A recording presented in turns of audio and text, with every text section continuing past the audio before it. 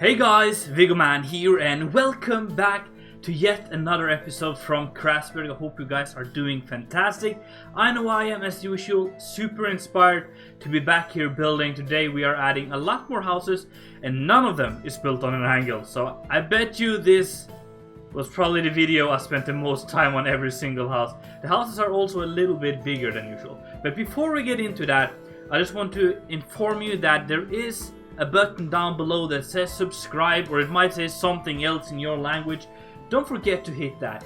I was just looking through some of the statistics and I could see that almost 50% of all the views I have and the viewing time is from people who don't subscribe. That means a lot of the people that actually enjoy and watches my videos, spend time watching what I put out, haven't subscribed. And I think that was pretty weird. So make sure to subscribe if you haven't and leave a like. It really helps my channel grow and it really helps me understand that you guys enjoy what I put out there for you guys and what I build.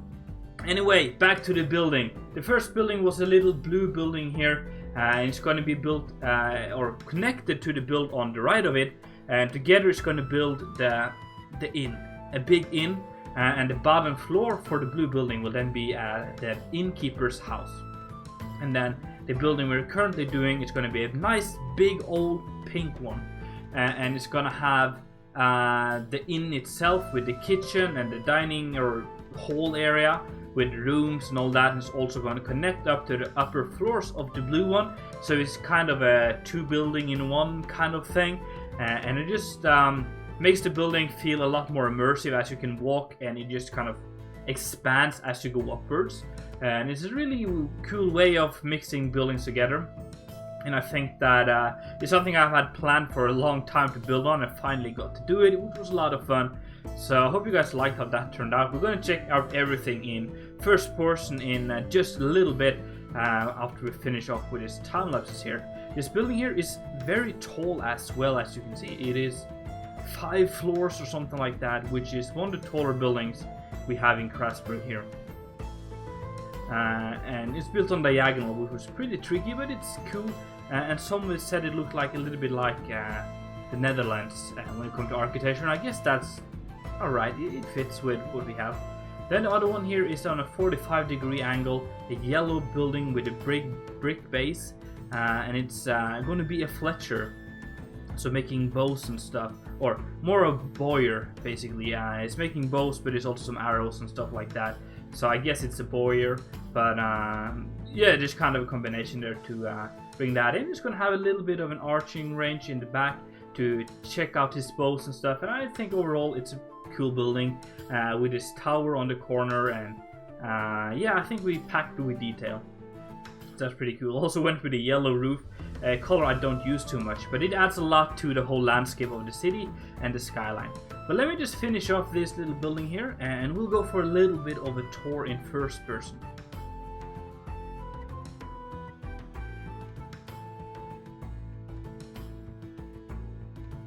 So we're going to start off here in the meadows here overlooking the town. This is going to be eventually covered in houses as well. I like the way that you can see the temple in the back here is kind of rising over them. But these 3 houses right in front of us, which is what we've been working on for today. So I just guess we're going to get straight into it. This one is the innkeeper's building. So inside here he has a little bit of a kitchen area, but also a bedroom, big bedroom in the back here with a garderobe like that, and also some rooms for the kids and a pantry or storage room like that. But we can also go around the back here and into this back alley, which is nice and dark and gloomy in a way, where we have this basement which leads down, and this is going to connect up to the underground, well, I guess the underground rebellion we have going in Crasburg. If you didn't know, we're kind of setting up a lore for the first rising, a rebellious group based on the Norseman mythology thing. We're going to get into that more later, but it's a little bit of storage and it's going to just kind of continue going down like that. It's something I think we're going to spend an episode on, just connecting all of that So now it's just like setting up the different areas so that we can get to that later. Then we're going over to the pink building here. The facade is pretty nice. I like it, nice and tall and colorful and detailed and all of that jazz. But in here we have some sitting areas for the people of the inn sitting here like that. But what I think is super interesting is the way that one of the main attractions in this room is the staircase. It's big and just takes up a lot of space, but it divides the room in a way and creates a little bit of tension in here. We also have this big fireplace to warm up our visitors. But there's also a staircase going down. That's also a part which I really like. Just below here it goes down and just straight into the kitchen area. So here we have the oven and we have an area to prepare food for our people visiting. And also a little exit here to the back, which then maybe connecting up to the temp park stuff we did not too long ago, and also to this back alley here. So let's go back in here and go up, and I'm going to show you some of the rooms.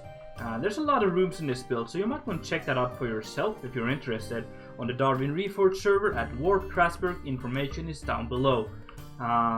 So these rooms are quite small, as you can see, but it gets the job done. There's some communal sitting areas as well, but most of the rooms are just small little rooms with 1 or 2 beds. Some of the rooms are probably shared between people, like that. The layout is a little wonky as it's built on diagonal. It's tricky to make it look good, but I guess it works. We also have some a balcony in the back here,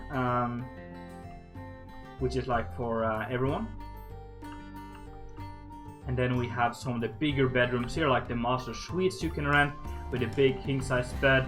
Nice view over the Hill of Faith right in front of us, and some sitting areas, and it's private oven to heat yourself up.